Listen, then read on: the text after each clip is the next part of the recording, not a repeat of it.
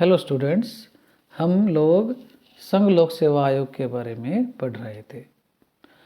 इससे पूर्व हम लोगों ने संघ लोक सेवा आयोग की संरचना और उसकी सदस्यों की नियुक्ति, पदमुक्ति और उनकी पदावधि और यूपीएससी के व्यय के संबंध में कुछ बातें पढ़ी थी।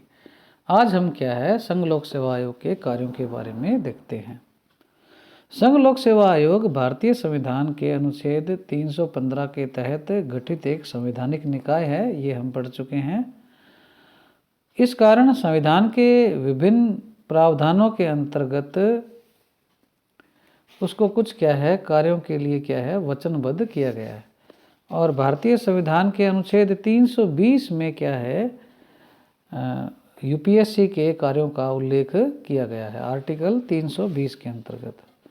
तो ये जो कार्य हैं इसको क्या हम कुछ बिंदुओं के तहत देखने का प्रयास करते हैं।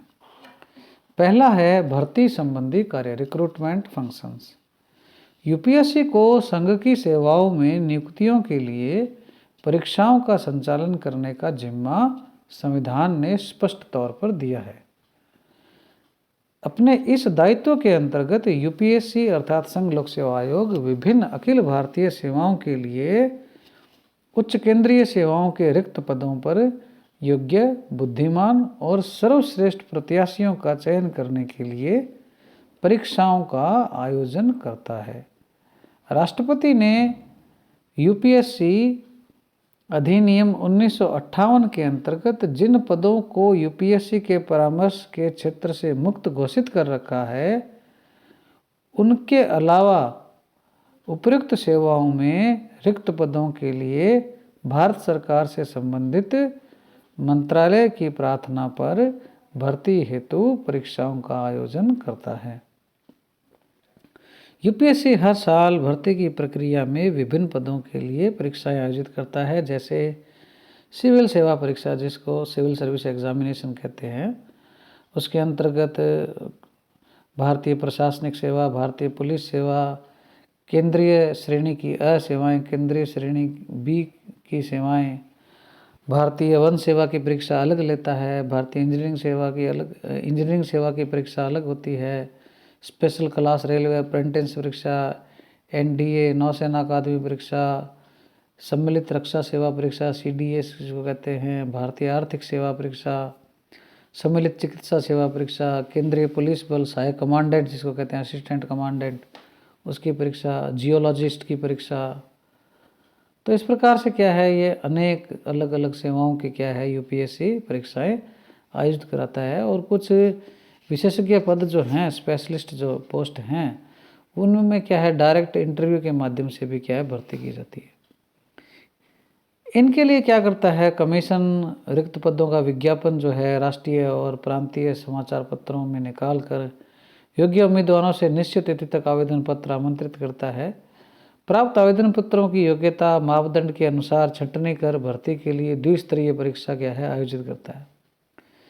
प्रथम स्तर पर प्रारंभिक परीक्षा का आयोजन किया जाता है, जिसमें विद्यार्थियों की सामान्य ज्ञान और उसके द्वारा चुने गए विषय में क्या है परीक्षा ली जाती है। परीक्षा का यह जो प्राथमिक स्तर है कोठारी समिति के अनुशंसा पर 1979 अर्थात 1979 से लागू है। इसका लाभ ये होता है कि यूपीएससी जो सीरियस नहीं है कैंडिडेट उसको क्या है प्री में ही क्या है प्रीलिम्स में ही क्या है छांट देता है, और केवल जो सीरियस कैंडिडेट हैं वही क्या है मेंस के लिए क्या है सेलेक्ट हो पाते हैं। इस प्रकार प्रिलिमिनरी या प्रारंभिक परीक्षा में उत्तीर्ण अभ्यर्थियों को मुख्य परीक्षा में बैठने का अवसर मिलता है।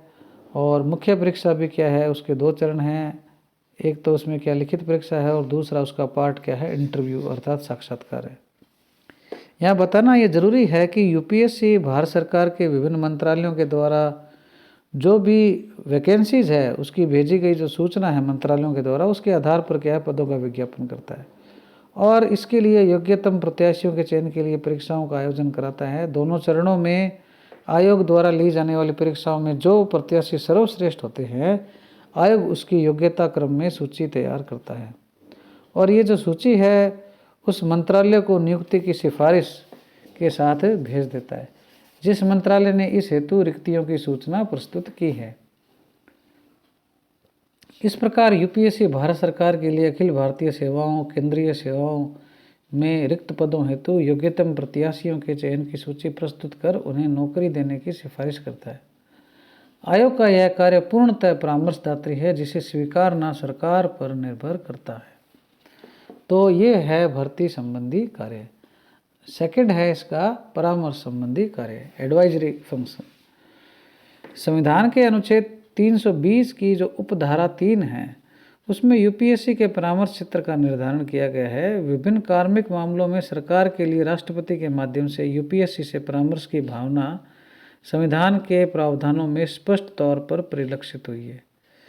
यह परामर्श निम्नलिखित मामलों में विशेष रूप से लिया जा सकता है, जैसे भर्ती की रीति के निर्धारण के संबंध में,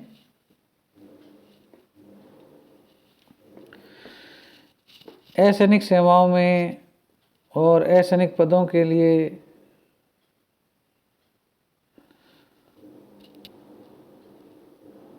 भर्ती की रीतियों से संबंधित विषयों पर परामर्श लिया जाता है। संविधान में स्पष्ट किया गया है कि संघ सरकार असैनिक सेवाओं के भर्ती के रीति के निर्धारण के लिए जो नीति बनाएगी वह नीति क्या यूपीएससी के परामर्श से बनाई जाएगी। और यह बताना भी जरूरी है कि जहां उच्चतम पदों पर भर्ती का कार्य यूपीएससी करता है, वहीं अधीनस्थ पदों की भर्ती के लिए क्या है प्रक्रिया जो है निश्चित करते समय यूपीएससी से क्या उसका अनुमोदन करवाया जाता है। ऐसा करना सरकार के लिए इसलिए भी जरूरी है ताकि सरकार ने भर्ती की जो प्रक्रिया निर्धारित की है उसकी निष्पक्षता को जनमानस में क्या है प्रतिष्ठित किया जा सके। अगला आता है परामर्श संबंधी कार्य, पदोन्नति स्थानांतरण व प्रतिनियुक्ति संबंधी मामलों में।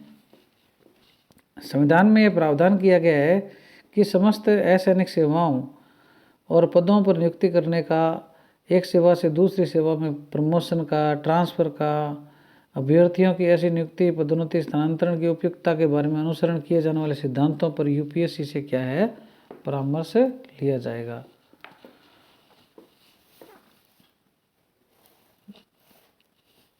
इसी प्रकार जो राज्य सेवाओं के अधिकारी हैं उनका भी क्या है फिर आगे अखिल भारतीय सेवाओं में प्रमोशन होता है, उसके लिए भी क्या है यूपीएससी से अनुमोदन या परामर्श क्या है उसका आवश्यक होता है। जैसे आरएएस से आईएएस बनते हैं, आरपीएस से आईपीएस बनते हैं, और जो राजस्थान वन सेवा है उससे क्या है भारतीय वन सेवा के अधिकारी बनते हैं।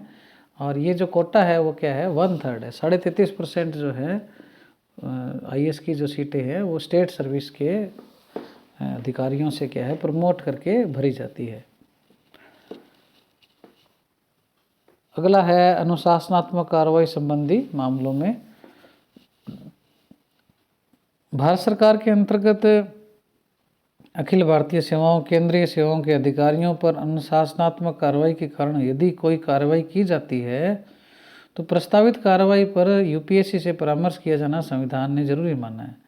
अधिकारियों द्वारा दीर्घसूत्रता, कार्य के प्रति आलस्य, लापरवाही, सरकारी संपत्ति की तोड़फोड़ या हानि, अकुशलता, अवज्ञा, अनैतिकता, निष्ठा का अभाव, आचरण संहिता के नियमों का उल्लंघन, ये सब क्या है अनुशासनात्मक कार्रवाई के आधार बन जाते हैं। इन समस्त मामलों में दोषी पाए जाने पर किसी अधिकारी के विरुद्ध कोई आदेश पारित किया जाना चाहता है तो राष्ट्रपति उस प्रकरण को यूपीएससी के परामर्श के लिए क्या है प्रेषित करते हैं। यद्यपि अनुशासनात्मक कार्रवाई का अधिकार केंद्र सरकार का ही होता है और आयोग की भूमिका मात्र क्या है परामर्शदात्री होती है। अनुशासनात्मक मामले जो आयोग के परामर्श के लिए प्रेषित किए जाएं उन पर आयोग इस दृष्टि से विचार करता है कि शासन ने अनुशासनात्मक कार्रवाई के नियमों के अंतर्गत निर्धारित प्रक्रिया का पालन किया है या नहीं। इस प्रक्रिया के लिए मामले से संबंधित समस्त पत्रावलियां और कार्रवाई के रिकॉर्ड से आयोग को क्या है अवगत कराना होता है। कुछ अन्य मामले भी हैं जिसमें क्या है परामर्श लिया जाता है। यूपीएससी वरिष्ठता, विधिकवाद में व्यय के पुनर्भरण, असाधारण पेंशन या अन्य मामलों में भी क्या है परामर्श देता है। भर्ती, पदोन्नति, अनुशासनात्मक मामलों में भूमिका के अलावा भी यूपीएससी स्थानांतरण संबंधी सामान्य नीति तथा किसी व्यक्ति के सेवा में ड्यूटी पर रहते हुए क्षति के लिए क्षतिपूर्ति तथा किसी कर्मचारी को अपने विरुद्ध न्यायिक मामलों में बचाव हेतु व्यय की गई राशि के पुनर्भरण आदि के मामलों में भी शासन को मांगे जाने पर परामर्श देता है। तो इस प्रकार से क्या है, इसके ये परामर्श संबंधी कार्य हैं। अब हम देखते हैं आयोग का सरकार से क्या संबंध रहता है। तो इसके लिए क्या है, हमने इसको थोड़ा 3 भागों में बांटकर देखते हैं। आयोग एक तो क्या है, परामर्शदात्री निकाय है, भर्ती एजेंसी है, और आर्टिकल 323 इस बात का स्पष्ट उल्लेख करता है कि यूपीएससी जो है अपना प्रतिवेदन क्या है, हर साल राष्ट्रपति को प्रस्तुत करेगा, और राष्ट्रपति उन मामलों के बारे में जिनमें कि आयोग का परामर्श स्वीकार नहीं किया गया है, अस्वीकृति के कारणों को स्पष्ट करने वाले ज्ञापन सहित उस प्रतिवेदन की प्रतिलिपि जो है संसद के प्रत्येक सदन के समक्ष रखेगा। संविधान की जो ये शब्दावली है आयोग के परामर्शदात्री स्वरूप को क्या है, उद्घोषित करती है। तो कुल मिलाकर क्या है, इसकी स्थिति क्या है, निर्णय लेने वाली नहीं है, परामर्श देने वाली है। दूसरा, आयोग और संसद के बीच में क्या संबंध है उसको हम देख लेते हैं। आर्टिकल जो 321 है, अनुच्छेद 321 संसद को यह शक्ति देता है कि वह अधिनियम के कृत्यों में विस्तार कर सकती है। इसी प्रकार अनुच्छेद 323 के माध्यम से संसद को प्रतिवर्ष आयोग के प्रतिवेदनों पर विचार करने का अवसर मिलता है। यहाँ यह उल्लेखनीय है कि आयोग के कार्य संचालन के लिए राष्ट्रपति जो नियम बनाते हैं, संसद उनमें क्या है, वांछित परिवर्तन और संशोधन सुझा सकती है। किसी भी स्तर पर सामाजिक दर्शन में परिवर्तन के कारण आयोग के कार्य में वृद्धि या कटौती भी संसद कर सकती है। संसद आयोग के एनुअल रिपोर्ट पर विचार विमर्श के दौरान आयोग के कार्यकरण की आलोचना द्वारा उस पर विधायी नियंत्रण पाने में सफल होती है। तो ये क्या है, इस प्रकार से आयोग और संसद के बीच संबंध है। इसी प्रकार आयोग और न्यायपालिका के बीच संबंधों को देखते हैं। यूपीएससी की जो कार्यकरण है उसको क्या है, विधिक चुनौती भी दी जा सकती है, और उसके लिए क्या है, न्यायपालिका की शरण ली जा सकती है। आयोग को प्रशासनिक अधिकारियों की भर्ती का महत्वपूर्ण कार्य करना होता है, और पदोन्नति व अनुशासनात्मक मामलों में भी क्या है, वह केंद्र सरकार का प्रमुख परामर्शदाता है। अतः आयोग इन कार्यों को निष्पक्षता और ईमानदारी से कर रहा है या नहीं, न्यायपालिका अवसर आने पर इसकी परीक्षा कर सकती है। अनेक अवसरों पर चुनौती दिए जाने पर न्यायपालिका ने संबंधित नियमों और विनियमों की व्याख्या भी की है। न्यायपालिका की यह व्याख्या प्राय सरकार और आयोग दोनों के द्वारा स्वीकार की गई है। यद्यपि सरकार इस बात के लिए स्वतंत्र होती है कि यदि वह न्यायपालिका की व्याख्या से संतुष्ट न हो तो संबंधित प्रावधानों में संशोधन के प्रस्ताव पारित करा सकती है।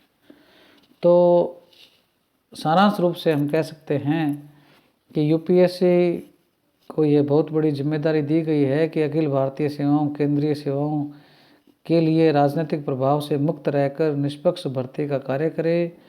उससे विभिन्न कार्मिक मामलों में भारत सरकार को निष्पक्ष परामर्श देने की अपेक्षा भी की जाती है। मोटे तौर पर यूपीएससी अपने जिम्मेदारियों का पूरी निष्ठा से और निष्पक्षता से निर्वाह कर रहा है। वर्तमान में आरटीआई एक्ट के कारण आयोग की कार्यप्रणाली को ट्रांसपेरेंट या पारदर्शी बनाए जाने को लेकर आयोग ने नई समस्याओं का सामना करना पड़ रहा है। अतः वर्तमान समय में बढ़े हुए कार्यों व नवाचारों को लेकर आयोग चुनौतियों का सामना कर रहा है। संविधान के अनुच्छेद 321 के अधीन संबंधित संसदीय विधि के माध्यम से यूपीएससी के अधिकार क्षेत्र में वैश्वीकरण व उदारीकरण की जो चुनौतियां हैं उसके प्रसंग में उसके अधिकार क्षेत्र को क्या है, विस्तारित किया जा सकता है। यूपीएससी द्वारा भर्ती व साक्षात्कार से संबंधित अपने मूल कार्यों में आधुनिक तरीकों के समावेश को भी क्या है, प्रोत्साहित किया जाना चाहिए। तो इस प्रकार से हम लोगों ने आज संघ लोक सेवा आयोग के कार्यों के बारे में पढ़ा।